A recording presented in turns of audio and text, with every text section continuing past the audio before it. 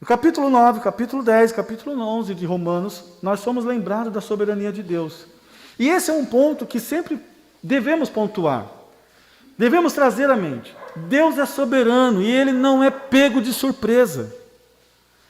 Até mesmo a tragédia, até mesmo as circunstâncias adversas, até mesmo o susto, pode reverter-se em bênção. Pode reverter-se em algo benéfico. Às vezes nós temos a tendência de ficarmos concentrados exclusivamente sobre a tragédia. Olhamos para aquilo, vivemos aquilo, e não entendemos o que Deus está planejando ao longo da história. Sabe por quê? Porque eu e vocês somos limitados. Nós somos finitos, não infinitos. A nossa compreensão, a nossa mente, o nosso coração, o nosso amor é limitado. Então nós vivemos momento após momento. Hoje nós estamos bem, soltando o rojão, amanhã nós vamos estar abatidos. Mas Deus não é assim. Deus não é como eu e como você. Ele é soberano. Ele tem o poder da história. E olhando para o povo de Israel, a gente vê exatamente disso. Um povo que não era povo, Deus fez povo, e esse povo que não era povo, que o Senhor Deus o fez, veio a ser realmente a menina dos seus olhos, mas esse povo rejeitou o Senhor. E na sua soberania, Deus já sabia que isso iria acontecer. Aí você pergunta, mas por que Deus, sabendo que esse povo rejeitaria, sabendo que esse povo não queria saber dele, Deus ainda foi atrás daquele povo, fez dele povo e trouxe ele, está fazendo com que eles permaneçam até os dias de hoje. Para que através da tragédia deles, eu e vocês pudéssemos ser abençoados. A recusa deles, a rejeição deles ao Senhor Jesus Cristo, trouxe bênção para a minha vida e para a tua vida.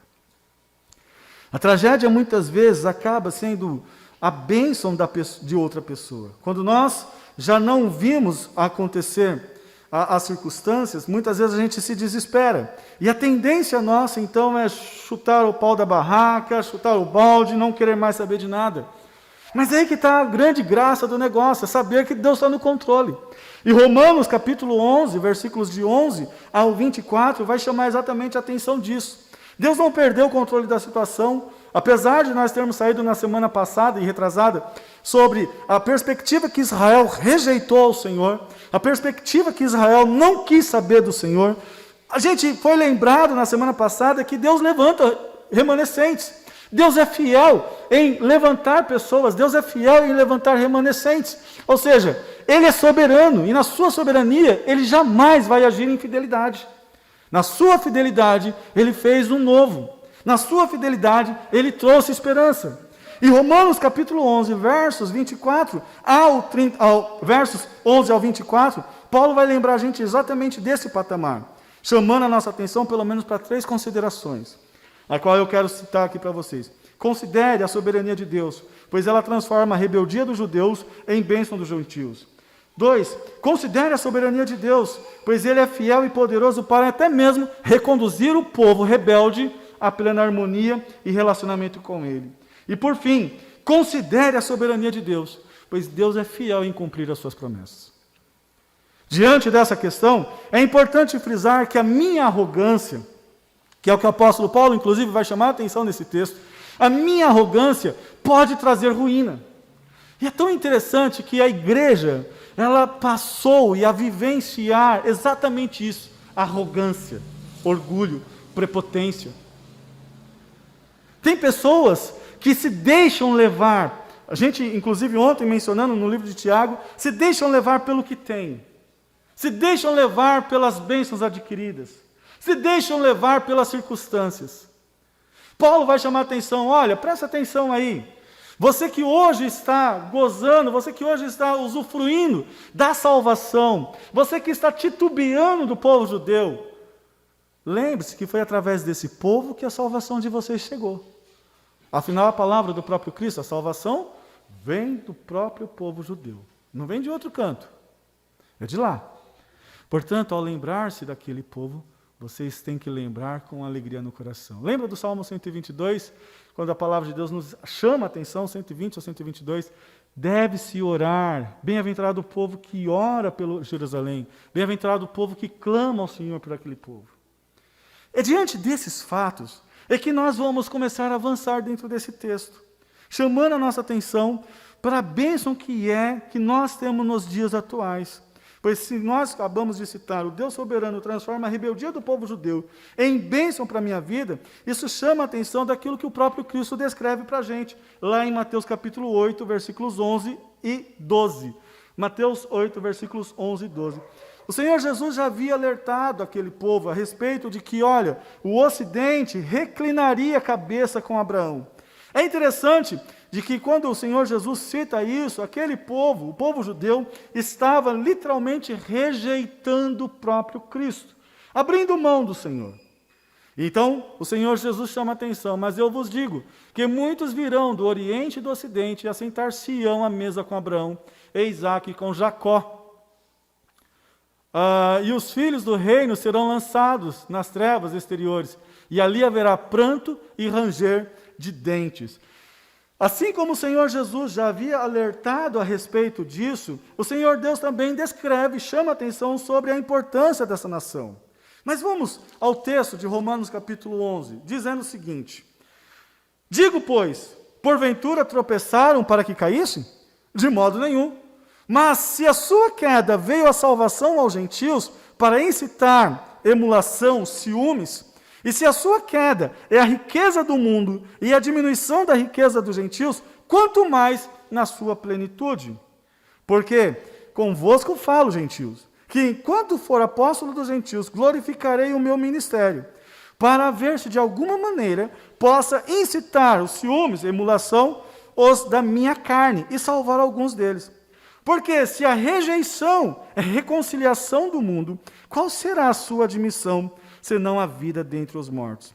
E se as primícias são santas, também a massa o é. E se a raiz é santa, também os ramos o são. É interessante esse texto, e eu passei pelo menos só 3 dias olhando para esse texto, pensando nesse texto.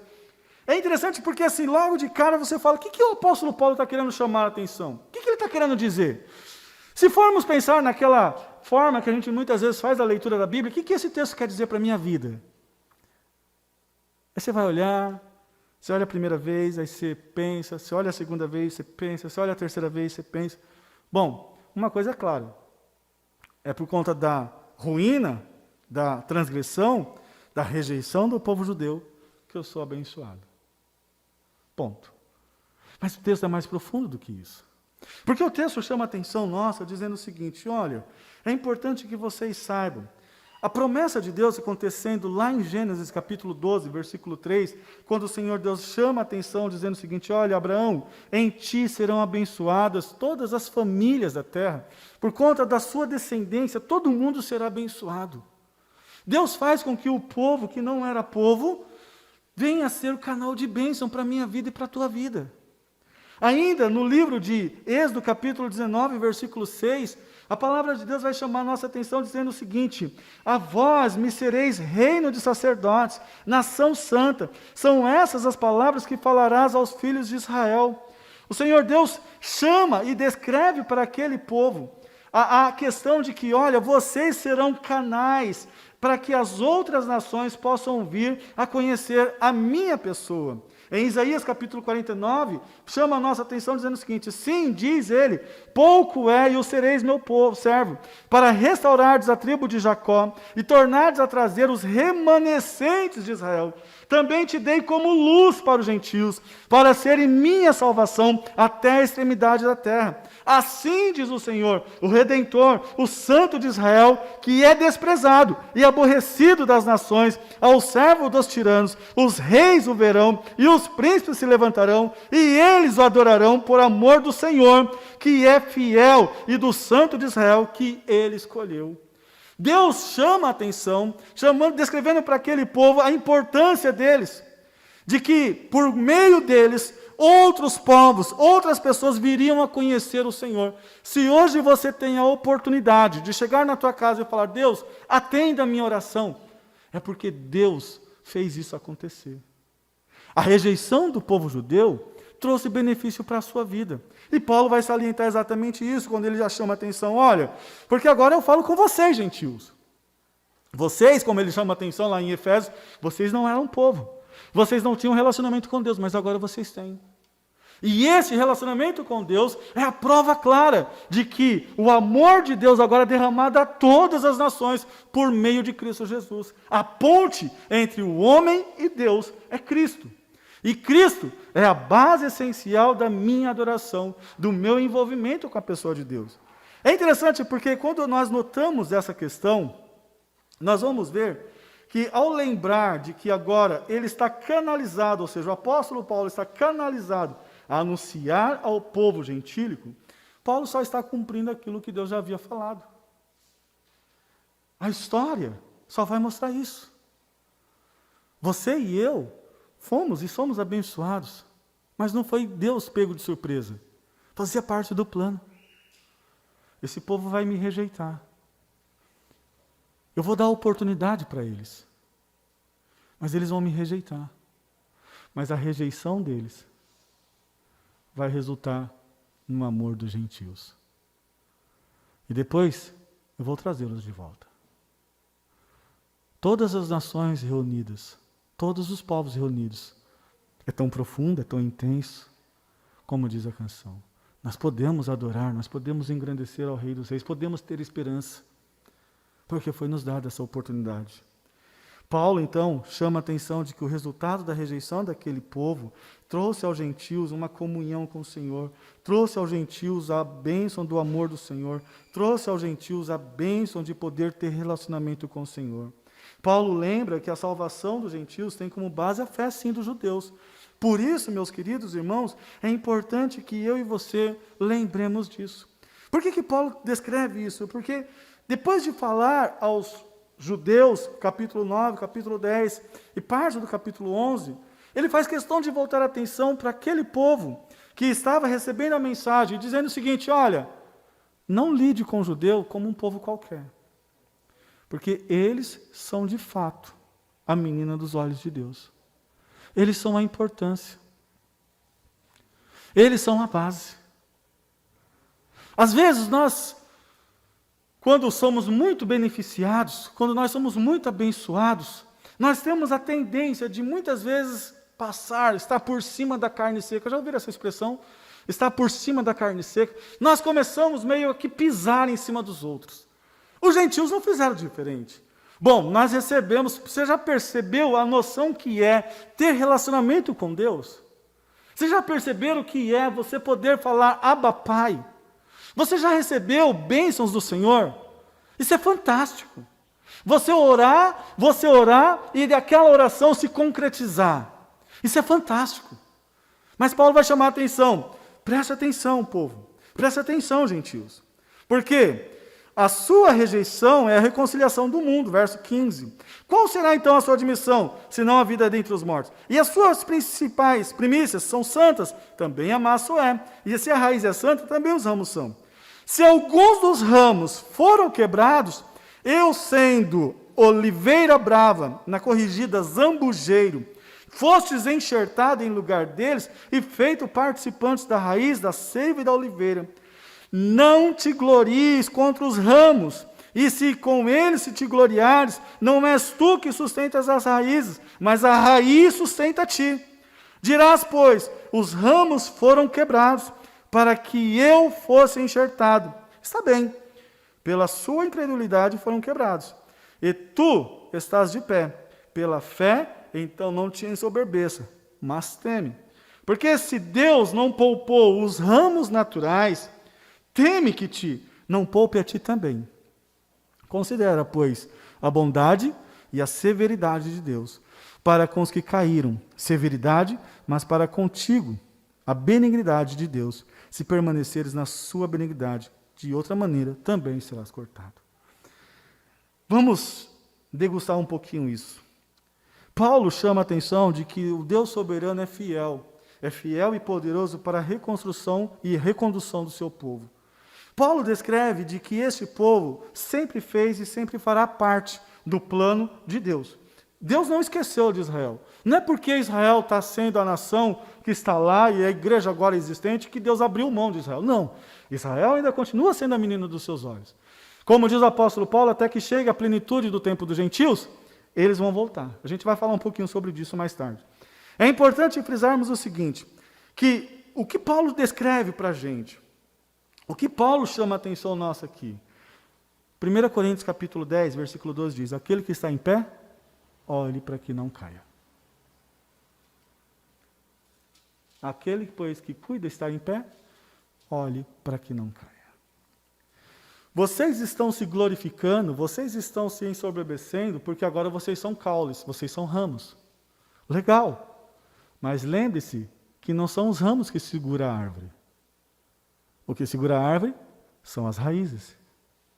Portanto, vocês não têm que se gloriar.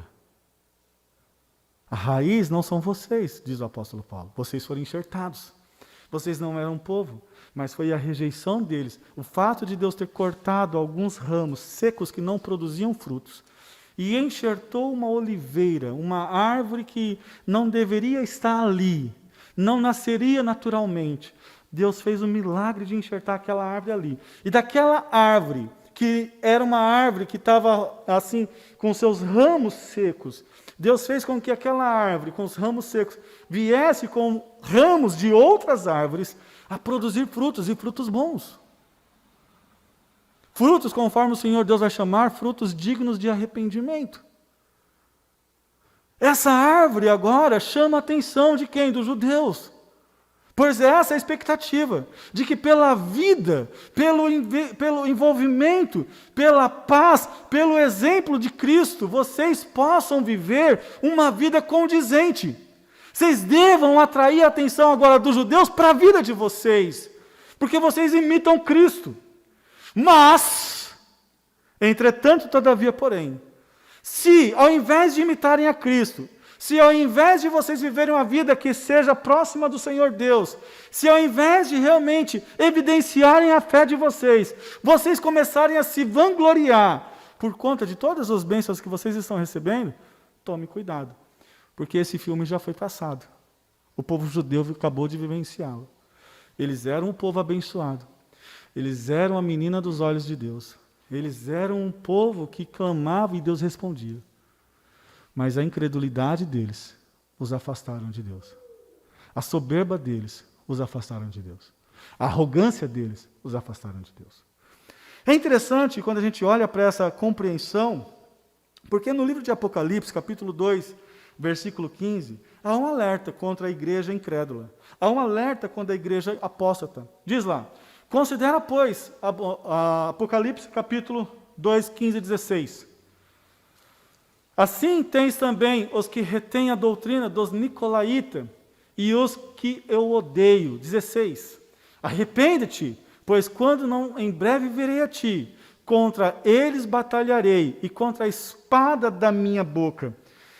Ainda, olhando para Apocalipse capítulo 3, contra a igreja de Laodiceia, o Senhor Deus chama a atenção dizendo o seguinte. Apocalipse capítulo 3, versos 16. Assim, porque és morno e nem és quente, nem frio, estou pronto a vomitar-te da minha boca, pois dizes, estou rico e abastado, e não preciso de coisa alguma, e nem sabeis que tu és infeliz, sim, miserável, pobre, cego e nu. Aconselho-te que de mim compres ouro refinado pelo fogo para te enriqueceres, vestiduras brancas para te vestires, a fim de que não seja manifesta a vergonha da sua nudez, colírio para ungir os olhos, a fim de que vejas. Eu repreendo e disciplino os que amo. Se, pois, zeloso e arrepende-te, eis que estou à porta e bato. Se alguém ouvir minha voz e abrir a porta, e entrarei em sua casa, cearei com ele e ele comigo. Ao vencedor que vencer, dar-lhe-ei sentar-se-á comigo no trono, assim como também venci e me sentei com meu Pai no seu trono. Quem tem ouvidos para ouvir, ouça. Percebam que Paulo está indo exatamente em acordo com aquilo que já estava sendo dito a respeito da igreja arrogante, a respeito da igreja presunçosa, a respeito da igreja orgulhosa. A arrogância faz Israel cair e pode fazer também com que a igreja nominal, com que a igreja apóstata, com que a igreja incrédula também venha a cair. Lembrando, essa igreja não é a igreja de salvos. Essa igreja é apenas aquela igreja que está aqui, que está presente, mas não tem compromisso com o Senhor, não tem vida com o Senhor. E esse é um ponto interessante, porque a pessoa que creu em Cristo, ela vai ter vida com Cristo. Ela vai imitar Cristo. Ela vai andar nos passos de Cristo. Mas também é dito que na igreja haveria joio misturado com trigo, ou trigo misturado com joio. E nós não vamos saber quem é um ao outro, senão pelos seus frutos, senão por aquilo que vão evidenciar. Paulo então está lembrando aos gentios, dizendo o seguinte: vejam os frutos de vocês. Pois o povo judeu caminhou na sua arrogância, caminhou-se na sua presunção, e eles foram deixados de lado. Mas eles são a base. Deus vai voltar a trabalhar com eles. Agora, se com eles Deus agiu dessa forma dura, imagina com vocês. Imagina com vocês. Às vezes a gente tem a ideia e a tendência de acreditarmos que estarmos na igreja é tudo maravilhoso, é tudo perfeito, e é. Mas sem responsabilidade não é. Sem envolvimento não é. A igreja, olhando historicamente, aí é um ponto bom para o Pedro, olhando historicamente, a igreja começou a rejeitar o povo judeu. Foram eles que crucificaram o Cristo Salvador. Foram eles que menosprezaram. Surge, então, na história, um movimento chamado antissemitismo, que, inclusive, veio até os dias atuais e ainda sofremos bastante com isso. O que é isso? É a rejeição das nações contra o povo de Israel. É a perseguição voraz em relação a eles. Só que o povo de Israel deveria ser atraído pela nossa fé. O povo de Israel deveria ser atraído pela imitação que nós temos em relação a Cristo. Mas eles olham para a minha vida e olham para a vida de vocês e eles pedem o seguinte: como é que nós vamos seguir esse Cristo, que é judeu, que veio de nós, se os seus seguidores são totalmente contra ao povo da aliança? Como é que nós vamos caminhar com este Cristo se os seus seguidores perseguem, matam, fazem coisas terríveis? Ao invés de aproximar, o meu testemunho, o teu testemunho, muitas vezes está afastando. Essa é a igreja apóstata. Essa é a igreja arrogante. Paulo então chama: não seja uma igreja arrogante, não seja uma igreja apóstata. Muito pelo contrário. Viva a bondade do Senhor. Não te glories em apenas ser um ramo. Não te glories nessas questões. Não te glories contra o que você tem, o que você está ganhando, o que você está sendo abençoado por conta da salvação na sua vida. Muito pelo contrário. Se tiver que se gloriar, glorie-se no Senhor. Está bem, pela tua incredulidade, eles foram quebrados. Mas se tu estás de pé, é pela fé, não por conta daquilo que vocês fizeram. Se vocês estão enxertados, se vocês fazem parte da igreja, se vocês estão vivendo essa vida com Cristo, é por graça. Não foi favor. Não foi merecimento de vocês. Foi favor de Deus. Vocês podem dizer: Abba, Pai.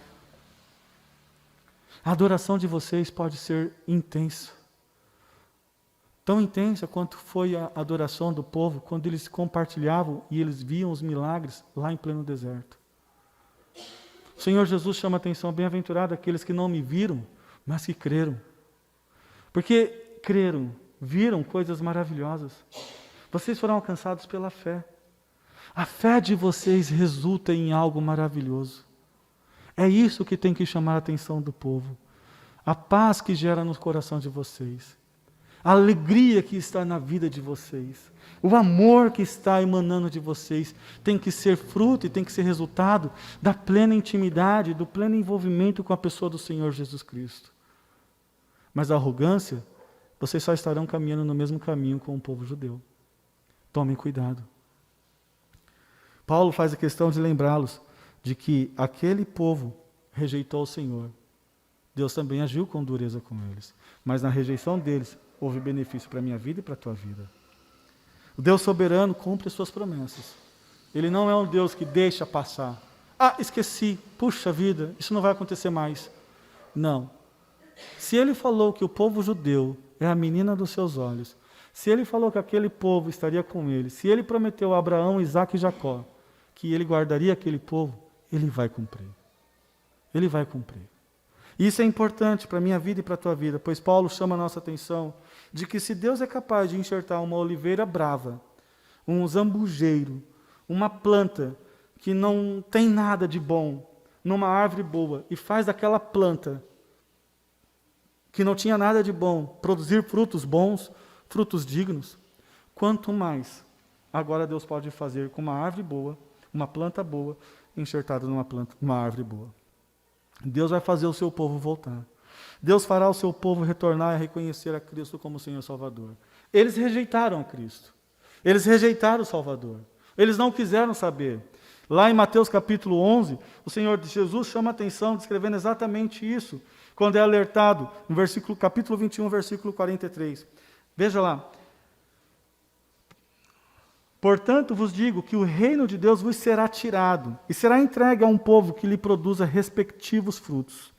O Senhor Jesus já alertou eles. O Senhor Jesus chamou a atenção deles. Mas é interessante frisar de que, apesar dessa rejeição deles, o Senhor Jesus vai trazê-los de volta. E é interessante quando nós olhamos para isso lá no livro de Zacarias.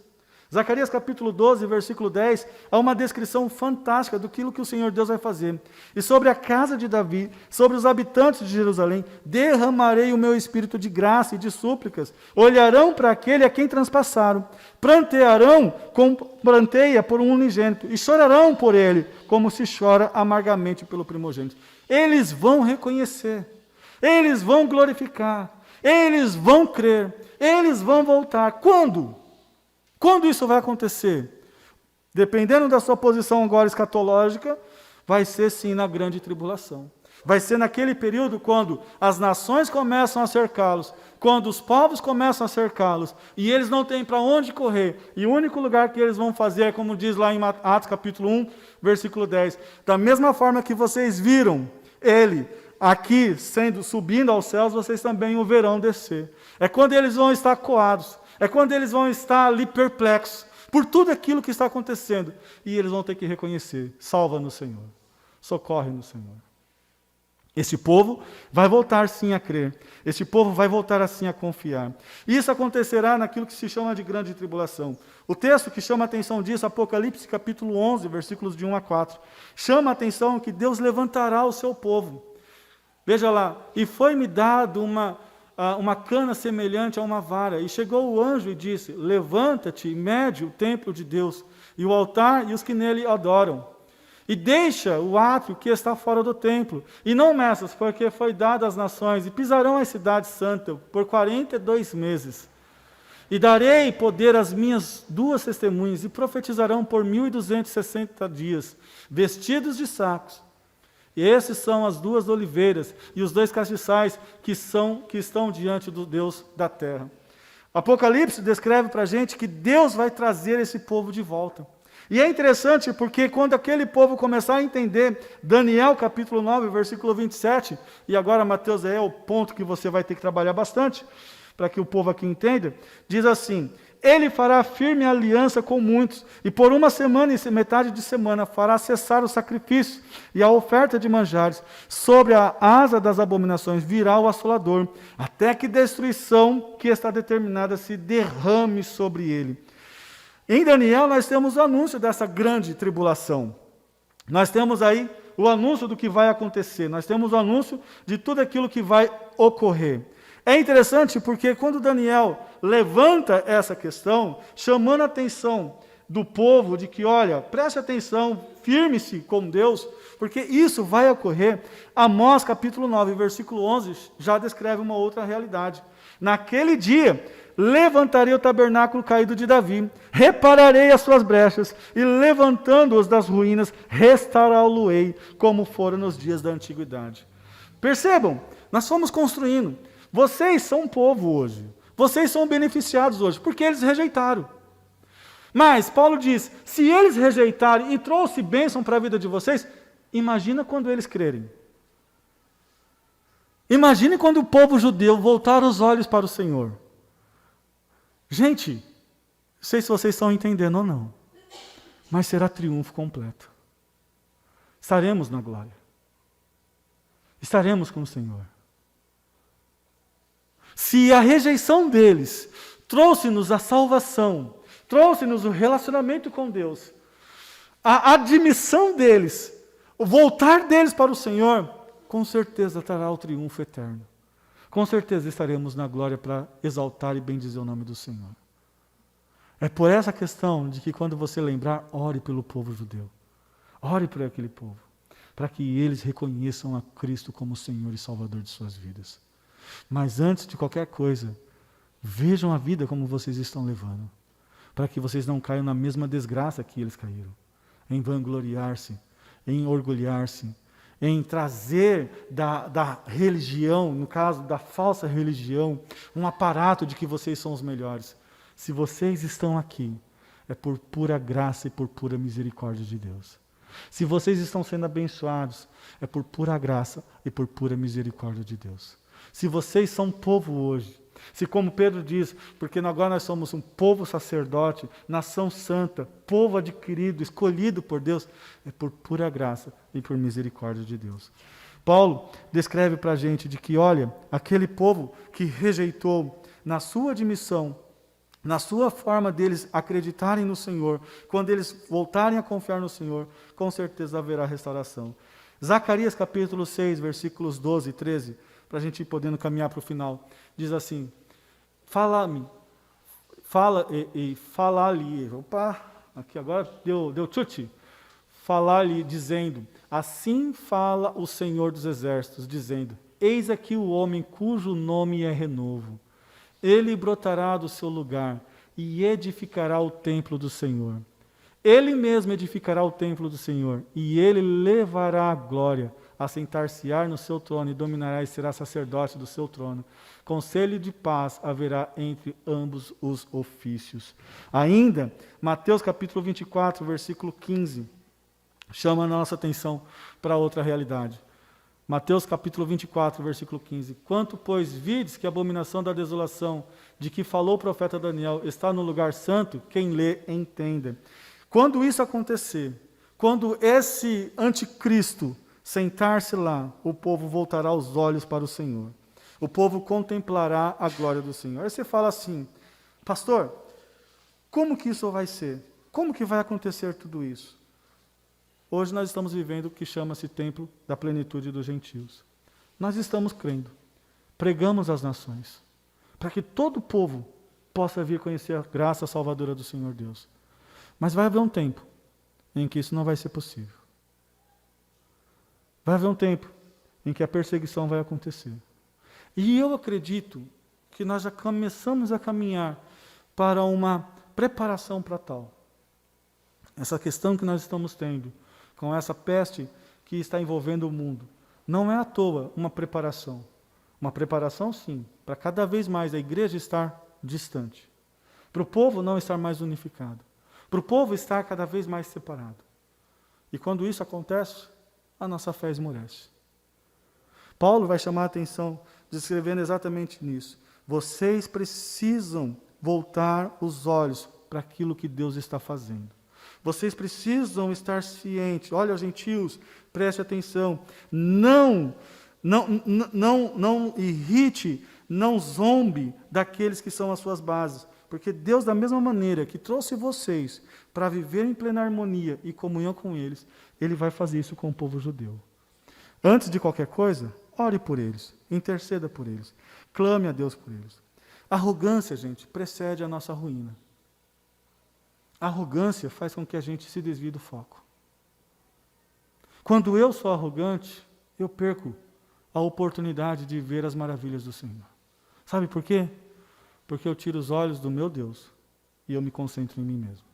Paulo chamando a atenção, quando vocês gentios olham para os privilégios, para as bênçãos na vida de vocês tiram os olhos daquele que é o autor, para olhar apenas para os resultados. Como diz a canção do Logos, não é mais aquele que é Senhor que deveria dar as ordens, mas aquele que é servo que dá as ordens. É aquele que diz, olha Senhor, agora eu determino.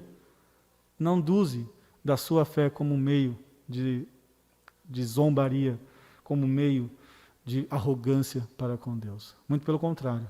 Use da sua fé a oportunidade para testemunhar da graça e da misericórdia do Senhor. Deus é soberano. Ele é soberano em alcançar sua vida. Ele é soberano em preservar o povo. Ele é soberano em cumprir a sua promessa com o povo judeu. Ele é soberano. E nós vimos ao decorrer desse tempo, de que na sua soberania, Deus escolheu, na sua soberania, Deus chamou a atenção daqueles que rejeitaram e foram incrédulos, na sua soberania, Deus usou da rebeldia, da tragédia, para trazer amor, para trazer luz, para trazer paz ao coração dos povos. Deus pode mudar a história, e Deus faz isso gradativamente, periodicamente. Fez isso com a minha vida, com certeza está fazendo isso com a tua vida. Deus muda a história, porque Ele é o dono da história. Amém? Vamos colocar de pé?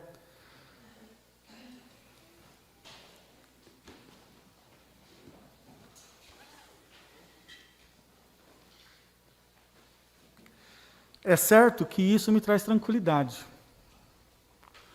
É certo que isso faz com que eu possa descansar. Em saber que sim, eu tenho um Deus soberano. Em saber que sim, eu tenho um Deus que está no controle. A gente tem escutado notícias ruins, essa peste que nós temos aí destruindo e chamando a atenção, é só aplicativo, destruindo as pessoas, destruindo famílias, destruindo igrejas. Mas ainda assim eu posso descansar. Sabe por que eu posso descansar? Porque o meu Deus, Ele é Deus soberano. Ele está no controle. Ele está no controle de todas as questões. A rejeição de Israel parecia ser uma tragédia. Como agora, como diz Abacuque, nós somos o teu povo, como é que o teu povo não vai estar recebendo tudo isso? Aí Deus olha lá para Abacuque e fala, viu? Lembra, se vocês voltarem, o que é que pode acontecer? Abacuque, depois de ouvir a fala de Deus, como que Abacuque responde?